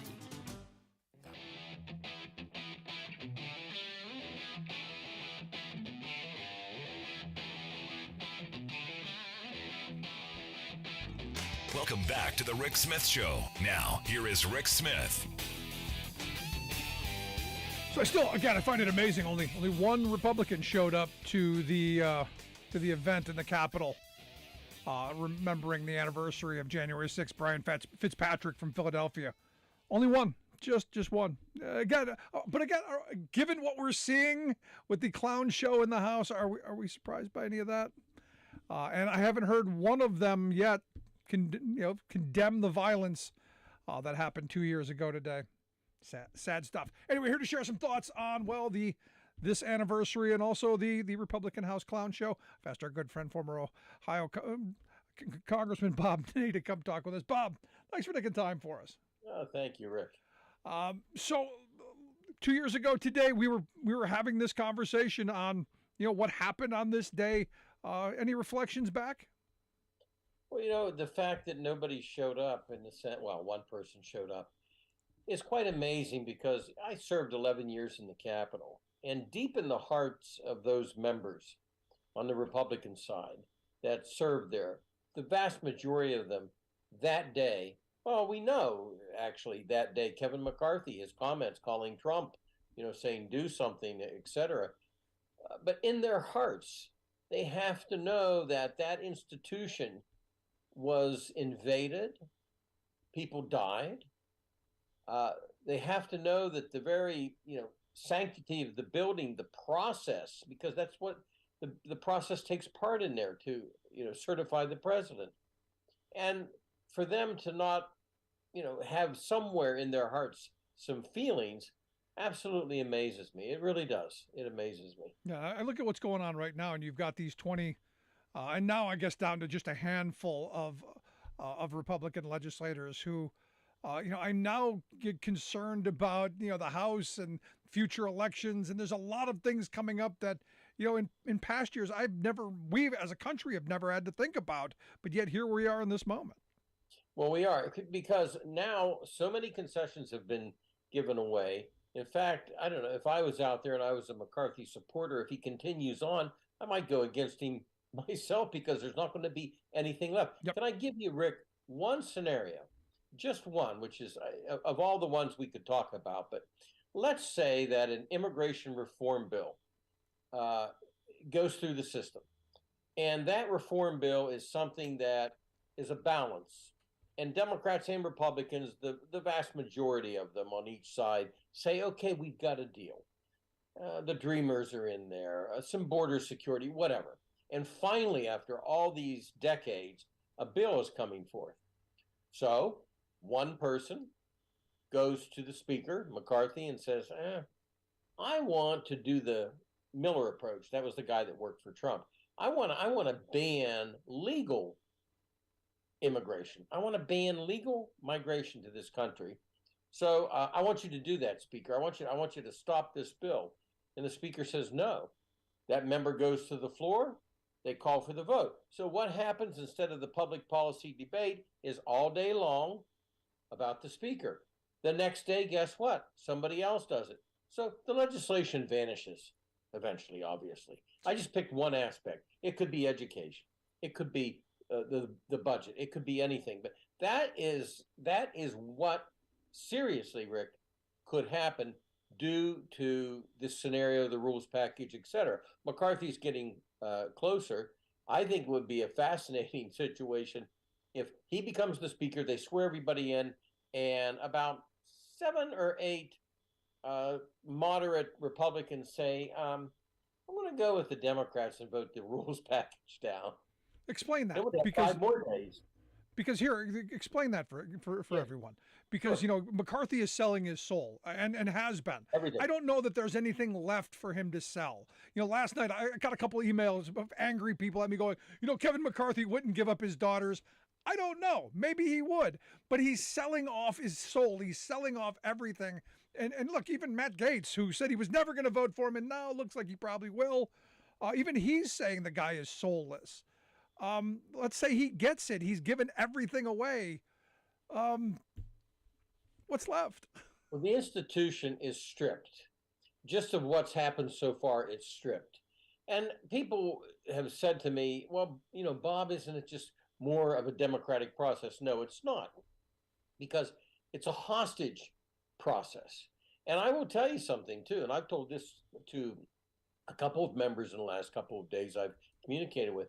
I'm getting Facebook, Messenger, phone calls, emails from conservative Republicans who aren't saying, oh, this is intriguing. Isn't this exhilarating? They're saying, this is wrong. This is dysfunctional. That's coming from conservative citizens, Republicans. It's a disaster. So they even realize that the system is now screwed. It's pulled apart.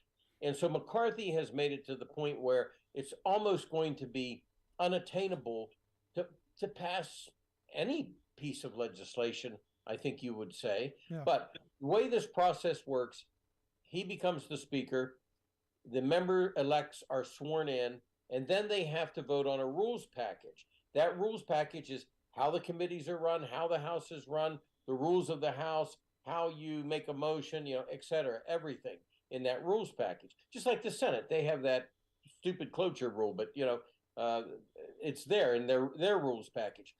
So let's say McCarthy's the speaker, he bangs the gavel, says rules package, and all of a sudden seven Republicans say, I don't like that.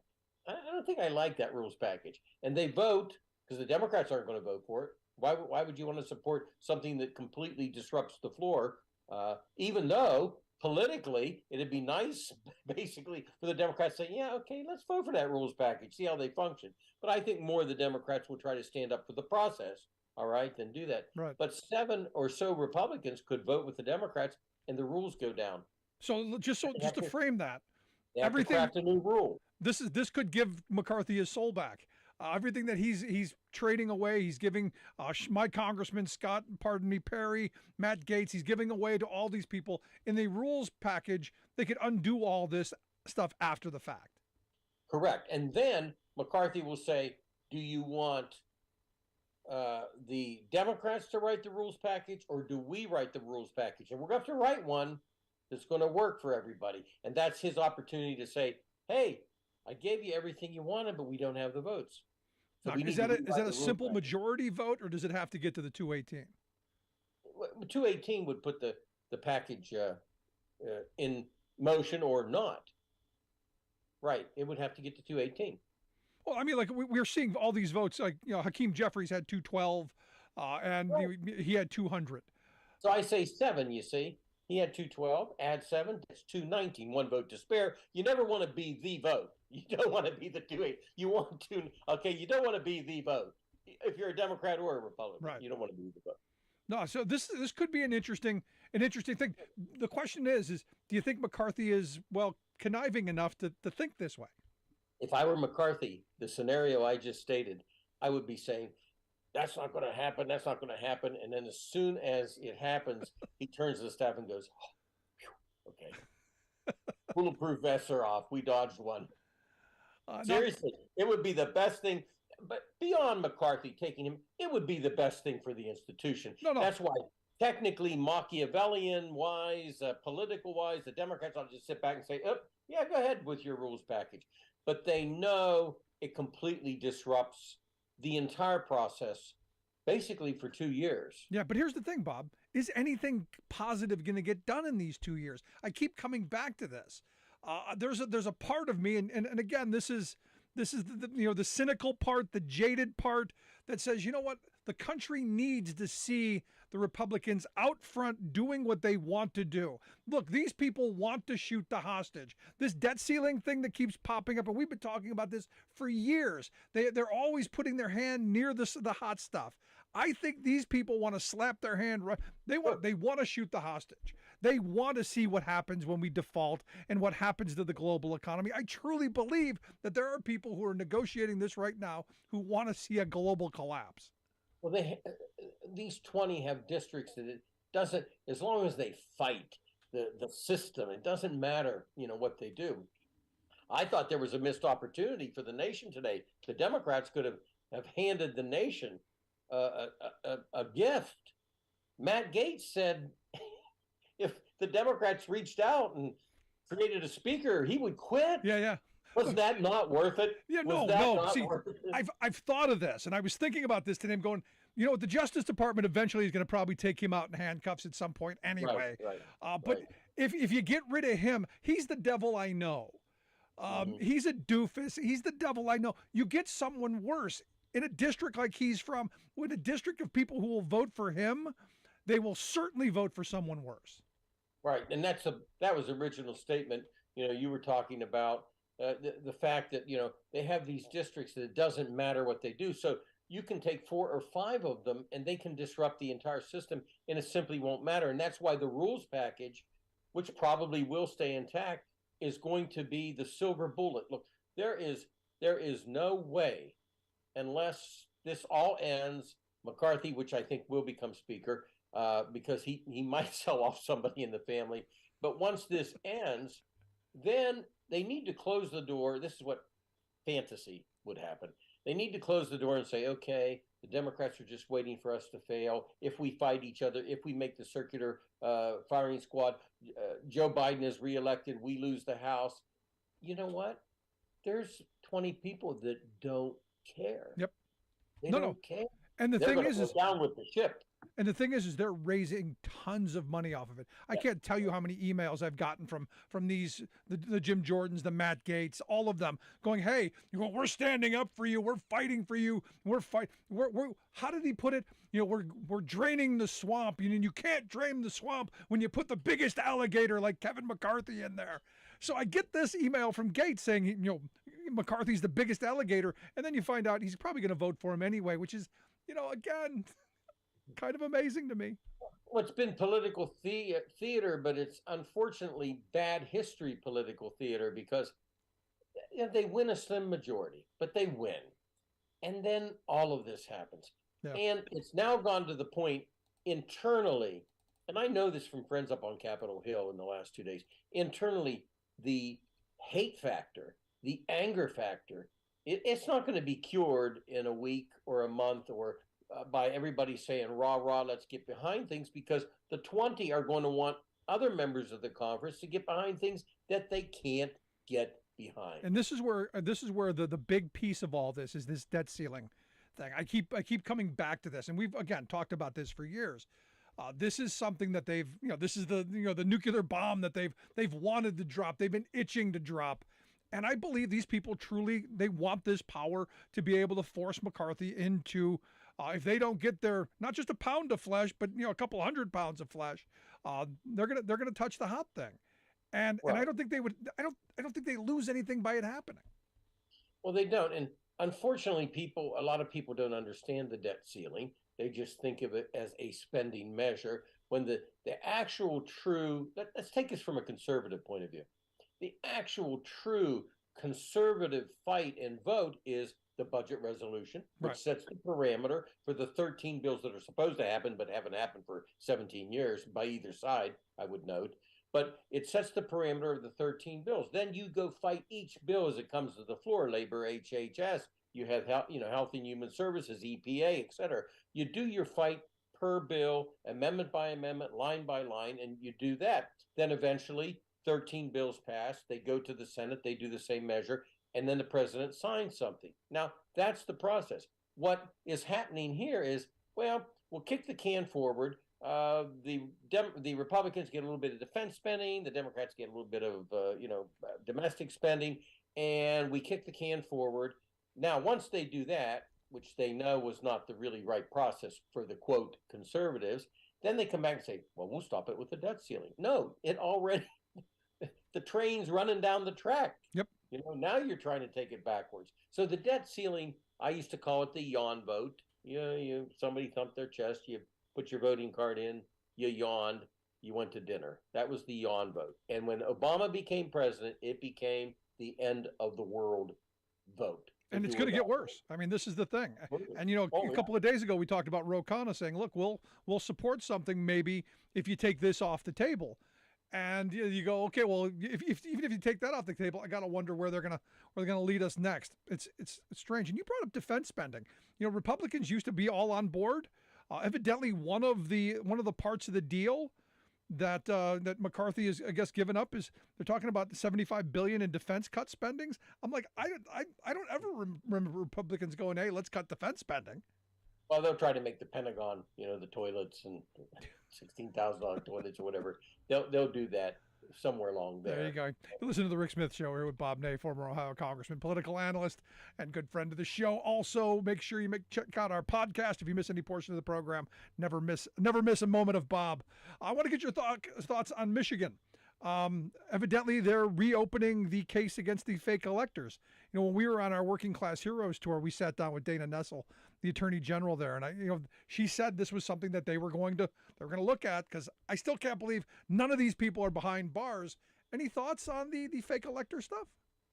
Well, I think that Georgia is also going to bring out a lot of information. The Georgia investigation is going to bring out information, but the fact that somebody actually set up a system, which I think one of the people said, well, we were kidding. No, when somebody sets up a system to try to, come in with a set of fake electors, which they might call alternative electors, but it's not the process, fake electors, then it becomes the interference in an election. It becomes a criminal action. Yeah. If I show up to the bank with... Georgia's going to show some of this, too, with their investigation. If I show up to the bank with a squirt gun and a note that says, give me all your money, can I say it was just a joke? I'm just kidding, right? Yeah, I was just kidding. Right. So the fake electors is a big deal because there is evidence through the January 6th committee that shows where people had said, well, we'll put this guy in, we'll fire Barr as Attorney General, put the other guy in, then he'll call states and say, well, I want you to redo your electoral system, the Justice Department stepping in, and then they would come up with these pre-planned electors. So I think there's a little bit more to it than some crazy people got together and said, we're going to be electors. I think there was something in the wings because somebody, somewhere within the system, the White House, communicated and said, hey, let's go for it. I will bet you they're going to find a link. I hope so. Look, I hope they should be locking people up as we speak. Because if it were you or me, of an election. Like you said, if you smashed a window at the post office, try and usurp democracy. Well, we'll take our time. Last thoughts. Senate in 2024. Stabenow is evidently retiring. You've got Dianne Feinstein, who possibly, I don't know, is she going to run again? I know Katie Porter is talking about launching a Senate bid. I served with Strom Thurmond. So, yes, people run. And run. Yeah. Well, Strom was 100 when he left. Walking around the building, but they run, okay? And if you followed Lauren Boebert and Matt Gaetz, they get lost around the building. Exactly. It's going to be let me just say, technically, it's going to be a tough run for the Democratic side with the elections for the Senate. I'm going to say technically because it was a rough run for the House side, and we know how that turned out. So they're going to have to really focus on, who's running the replacements. Look, the Democrats did a wonderful job on, the candidate recruitment. The Republicans, Trump interfered. All 5 House races were lost. We know what happened in the Senate races. But on the Democratic side, they're going to have to put aside differences of philosophy or who's more to the left or centrist, et cetera, and get the best candidates. Because, yes, with Stabenow stepping out, and who knows with Feinstein and maybe 1 or 2 others, the numbers are not technically on the Democratic side. So they're going to have to be very smart about several things: candidate recruitment, supporting the candidates as a whole, and not getting into an inter-party battle, because obviously we know it's important who they vote for leader of the Senate. And then the grassroots. I know money, but the grassroots. Get the vote out. You got to get the vote out. California is going to be interesting to watch. See who Feinstein's got to go at some point. But Bob, I appreciate the time. As always, great stuff, my friend. Thank you. Good stuff for our good friend Bob Ney. I want to hear your thoughts. Email me, rick@thericksmithshow.com. Quick break. Right back.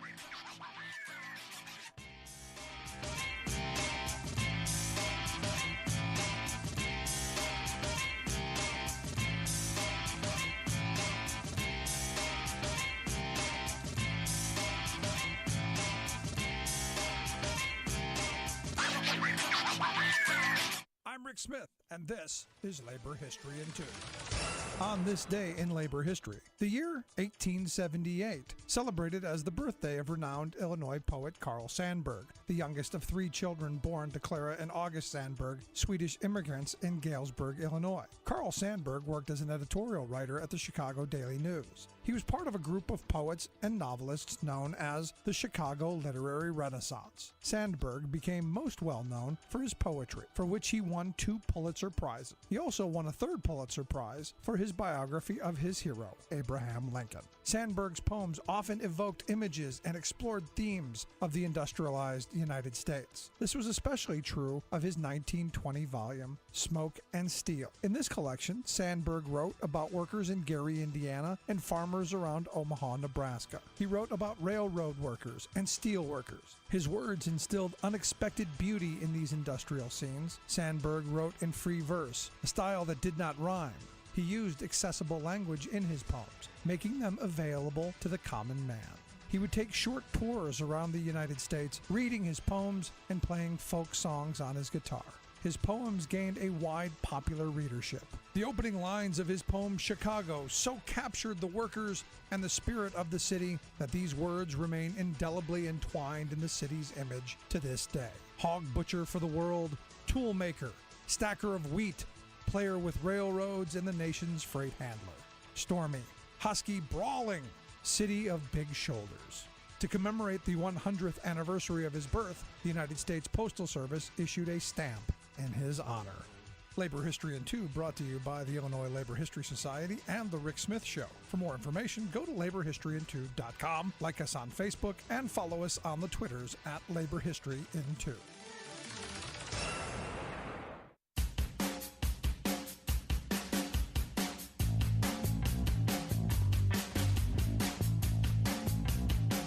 Welcome back to The Rick Smith Show. Check out our website, thericksmithshow.com. Questions, comments, something on your mind. Email me, rick at thericksmithshow.com. So Debbie Stabenow, senator from Michigan, has announced she's going to be retiring at the end of her term, 2024. She is not going to seek re-election. That means going to be an interesting fight to see who holds on to that seat. The Cook Report, they're saying, leaning Democratic. And you look at Michigan, I mean, the last election, wow. Good on the state, good on the folks in Michigan. Basically swept every statewide office and really, in huge ways, reclaimed it as a blue state. When we went through on our Working Class Heroes tour, one of the things I kept talking to people about is, when you take this back, you've got to make things better. You've got to do things right away. And one of the things, and I'm pointing at this right now, my friends in Michigan, while you've swept all these offices and you've done all this stuff, you have to make Michigan a collective bargaining state.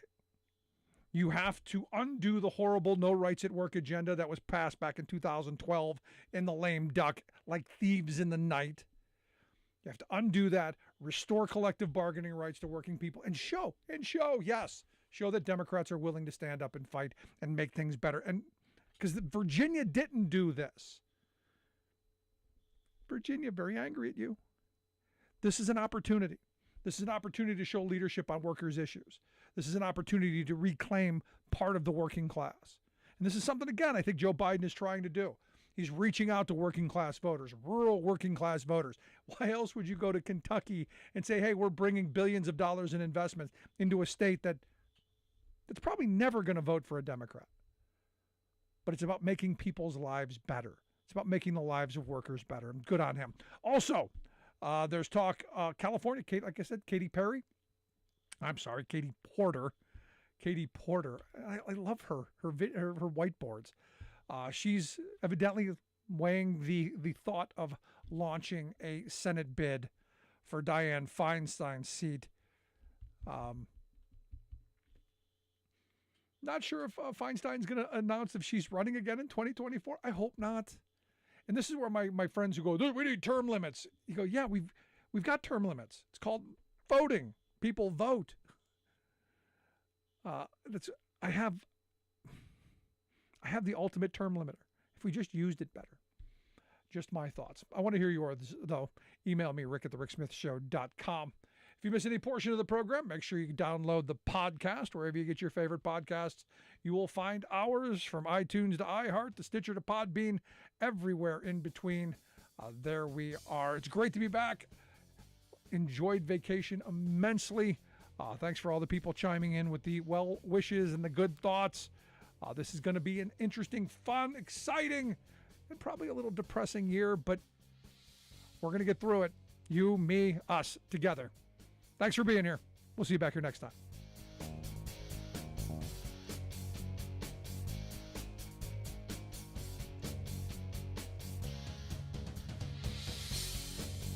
You've been listening to The Rick Smith Show. Email Rick at rick@thericksmithshow.com.